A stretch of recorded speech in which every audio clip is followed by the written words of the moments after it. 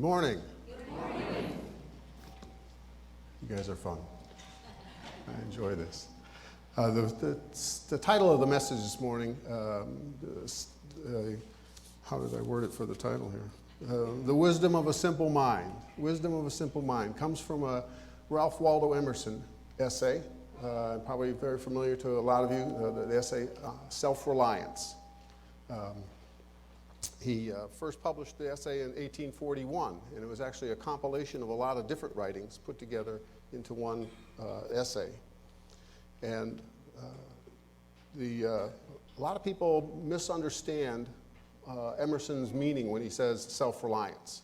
It's not an idea of self-sufficiency where I don't need you, I'm off on my own, doing my thing, and you do yours and all that. What he's saying is that the divine speaks through each one of us as individuals. The divine speaks through each one of us, and so we all know that the presence of the divine within ourselves at all times. So that is more the idea of self-reliance than of self-sufficiency, that, again, the divine speaks to each one of us as ourselves. And so in the portion of the essay we'll be focusing on today, Emerson highlights the whole idea of receiving divine wisdom, that this whole idea of how do we receive divine wisdom. We are one with the divine, His presence in our lives. And he talks about how we come to receive the wisdom from the divine. And what he says is, let me go ahead and read the first paragraph. The relations of the soul to the divine spirit are so pure that it is profane to seek to interpose helps. It must be that when God speaketh, he should communicate not one thing, but all things, should fill the world with his voice, should scatter forth light, nature, time, souls, from the center of the present thought, and new date and new create the whole. Whenever a mind is simple and receives a divine wisdom, old things pass away. Means, teachers, texts, temples fall. It lives now and absorbs past and future into the present hour. All things are made sacred by relation to it, one as much as another. All things are dissolved to their center by their cause. And in the universal miracle, petty and particular miracles disappear. So he's talking about this idea of knowing divine wisdom, of receiving divine wisdom, of being aware of the wisdom within ourselves. As we are one with the divine on a cellular level, that wisdom is there. It is part of who we are. There are times when we don't hear it, when we don't listen to it. But the first thing to celebrate is the fact that that divine wisdom is part of us. It is who we are, again, at a cellular level. And what he's suggesting is, and among other things, suggesting is, what does a simple mind look like?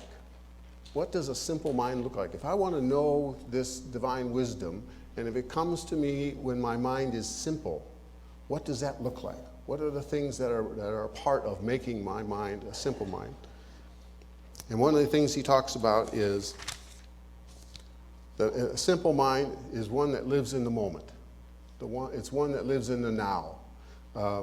We can find ourselves getting caught up in a lot of places other than right now in our lives. And what he's saying is that whenever a mind is simple and receives a divine wisdom, old things pass away.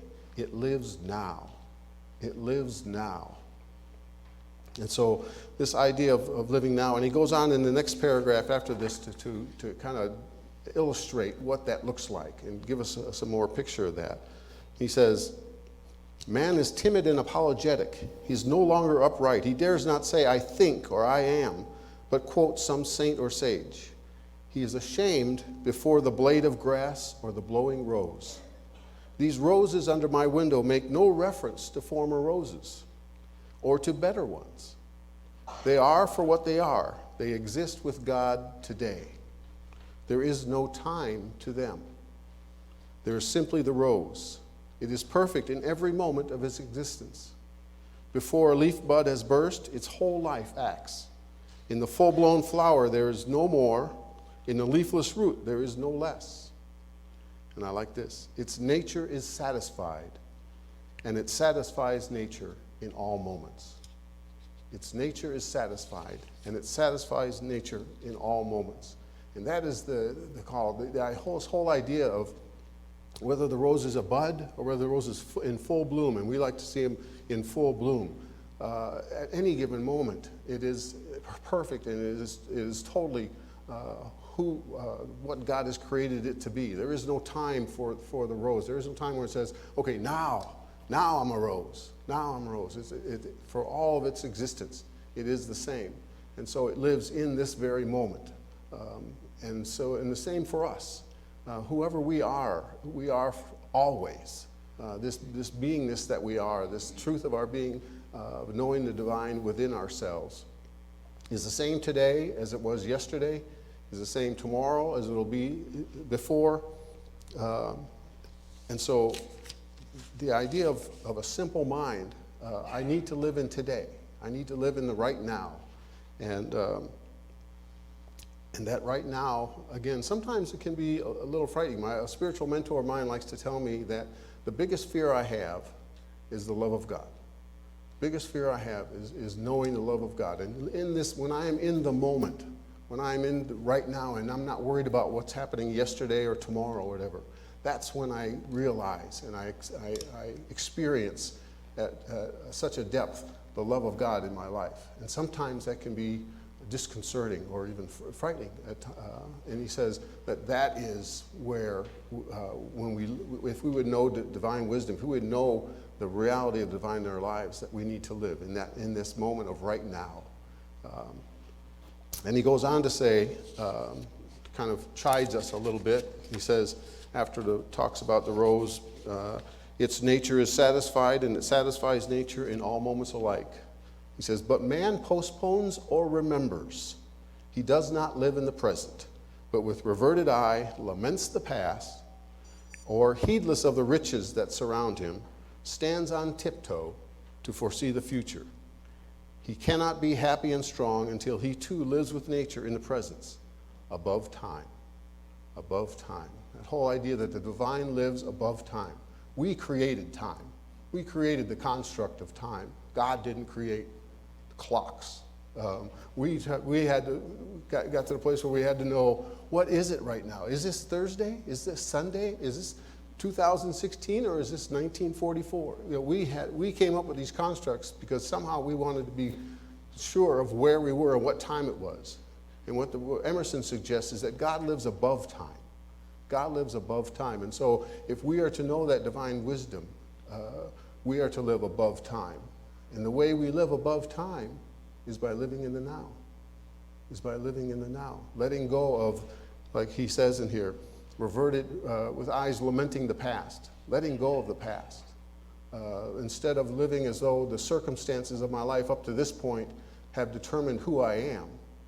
Letting go and seeing that I am who I am today. And I've been who I am all my life and all the time that I've existed. And I will be who I am during all that time. And so the power, the freedom that we find, the experience of the divine wisdom in our lives comes by living in this moment, by living in the now, rather than living, again, back in the past or in the future. It's like, well, someday, and I can get caught up in this sometimes. I've got this semester and 4 more semesters at Bright to finish up before I graduate. And there are times when I sit back and go, when do I finally get to be where I'm supposed to be? And it's like God says, psst, you're there.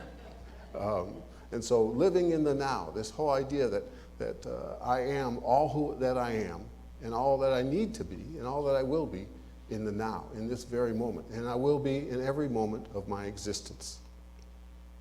The next idea that he says, that he talks about a criteria, if you will, for living a simple mind, is that all things are sacred. All things are sacred. He talks about whenever a mind is simple and receives a divine wisdom, old things pass away means, teachers, texts, temples fall. It lives now and absorbs past and future into the present hour. All things are made sacred in relation to it. All things are made sacred in relation to it. There are times when it can be kind of difficult to see everything as sacred. One of the things we studied in a class, history class this semester, is a document called the DDK, which is basically written in the first century, and it's titled, to give itself some weight, it says, these are the writings of the 12 apostles. So this is the authority, okay? When you want to know what Jesus said, this is what you read. And so they purport to say, this is what, and this paper is written, and it just sets down all these rules. It says, this is what is sacred. I want you to know, we're going to delineate for you right now what is sacred and what is not sacred. So relax, we've got you covered, okay? And so they go in there and talk about some things like baptism. They talk about baptism. They say, now if you're going to baptize correctly, you need to baptize in cold water, in cold running water. It needs to be cold running water if it's going to be a real sacred baptism. As well, now if you can't find cold running water, you can dunk them in warm, still water, and it'll be okay. It'll be okay. And if you can't find enough water to dunk somebody in warm, still water, even though it's not rushing cold water, you can drop 3 drops of water on their head, and that'll suffice. We'll call it sacred, okay? We'll let it be sacred. And then it talks about fasting. It says, now listen, understand, the hypocrites, okay? The hypocrites fast on the 4th day of the week and the 6th day of the week. We're not hypocrites. We fast on the 5th day of the week and the 7th day of the week.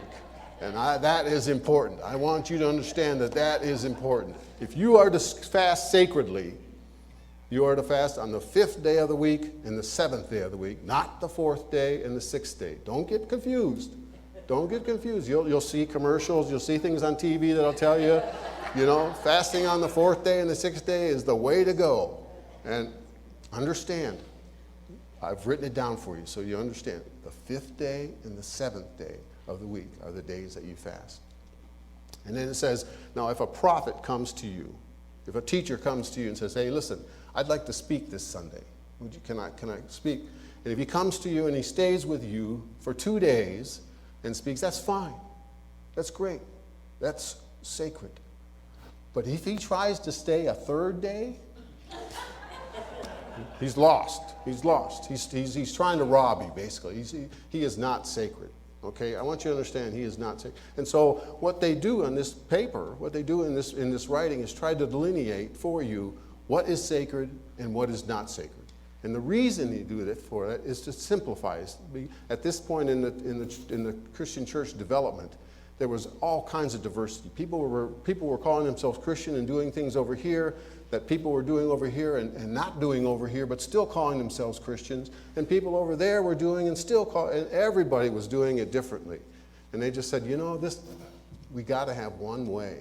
And they decided that this is, they were going to corral us, herd the cats. They were going to herd the cats and get all of us believing in the same way. And so what they did is they tried to outline for us distinctly and directly what is sacred.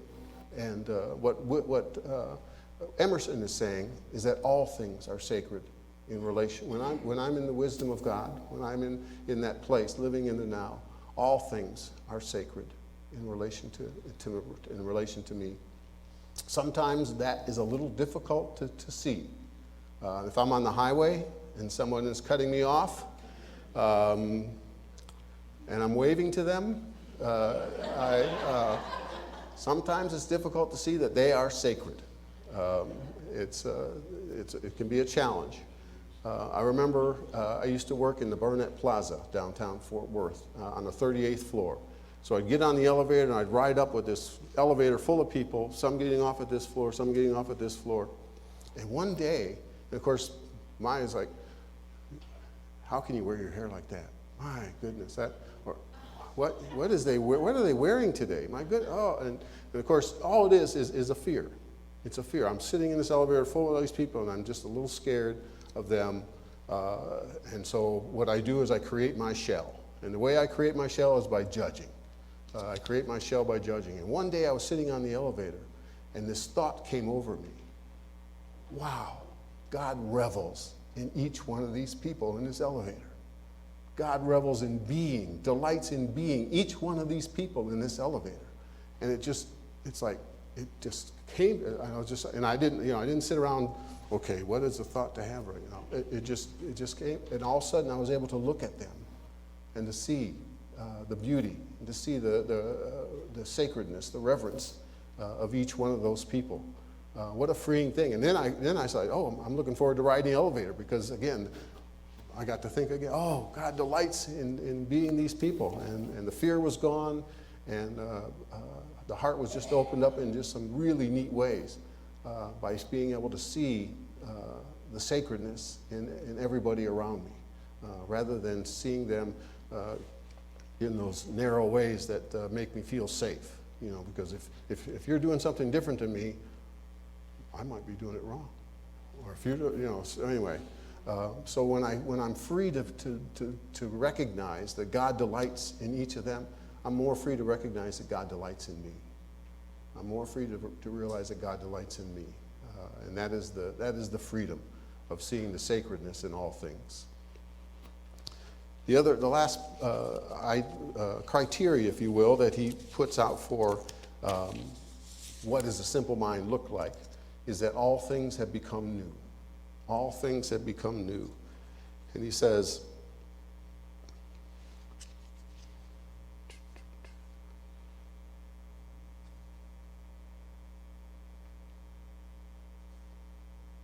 where did it go? Here we go.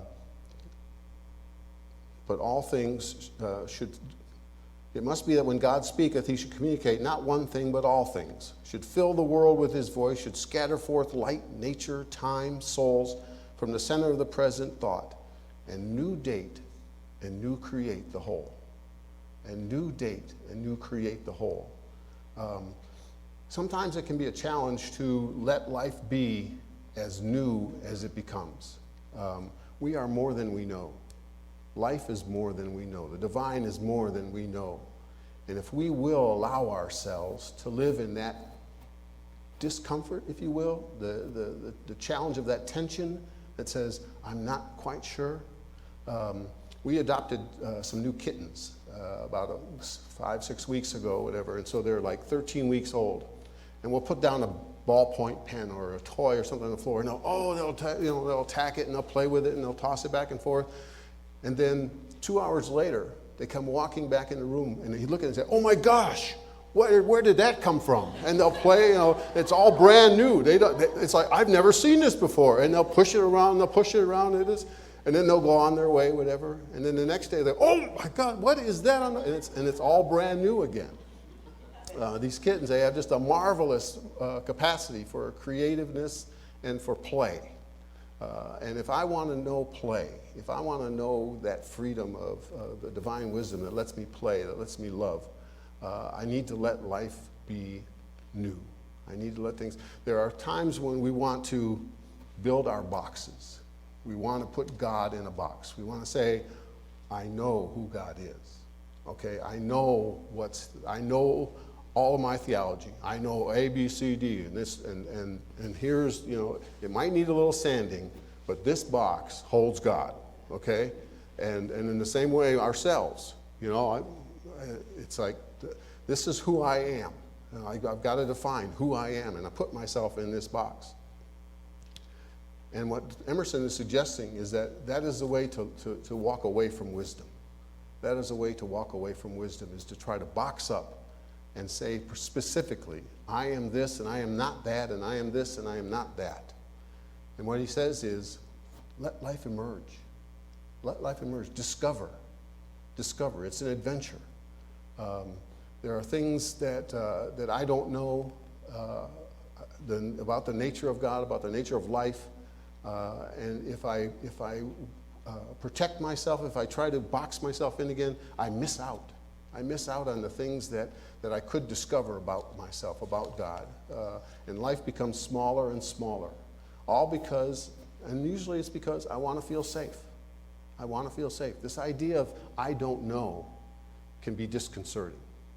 The idea of I don't know can be disconcerting, particularly if we're having discussions with someone who does know. That it's because when it's with somebody that does know, it's difficult to reach to have a fun conversation because there are boxes, and so what Emerson is suggesting is that if I'm going to have a simple mind to receive divine wisdom, I need to be free to let things be new. Again, we are more than we know. We are more than we know. And I won't discover that moreness, if you will. I won't discover the extent of what life can be, what life is, of who I am, unless I let myself have that room that says, okay, I have an idea on how things work, but I don't know for sure. And so I can either look at that and say, oh my gosh, that's scary. Or I can look at it and say, wow, there are things to discover. The adventure continues. The adventure continues. And there are things, sometimes, we be careful, because sometimes if I say to myself, I just don't know, it means I can let myself get away with doing certain things because, well, there's no hard and fast rules. I mean, come on, Instead, that I don't knownness, that sense of wonder and I don't know, frees us to love with all of our heart and all of our mind, all our souls, and love our neighbor as ourselves. That's what it does. That's what it frees us when I really see myself and see God as being something more than I understand right now. I move forward in that adventure. I move forward in that discovery. So we are the wisdom of God becomes us. The wisdom of God expresses as us. And in each one of us, we know that wisdom. We know that presence of the divine. Emerson suggests that if we're going to realize it consciously in our day-to-day lives, we need to have simple minds. We need to have simple minds. And the three things, again, that he emphasizes is a simple mind is about living in the now. A simple mind is about living in the now.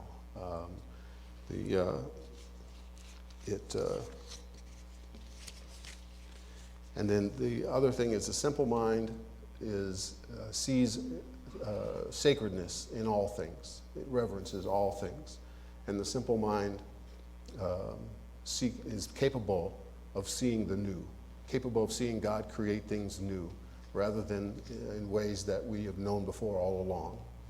And so it is an adventure to discover the wisdom of God, the wisdom of the divine, to discover what it is that what life looks like, that life can look like.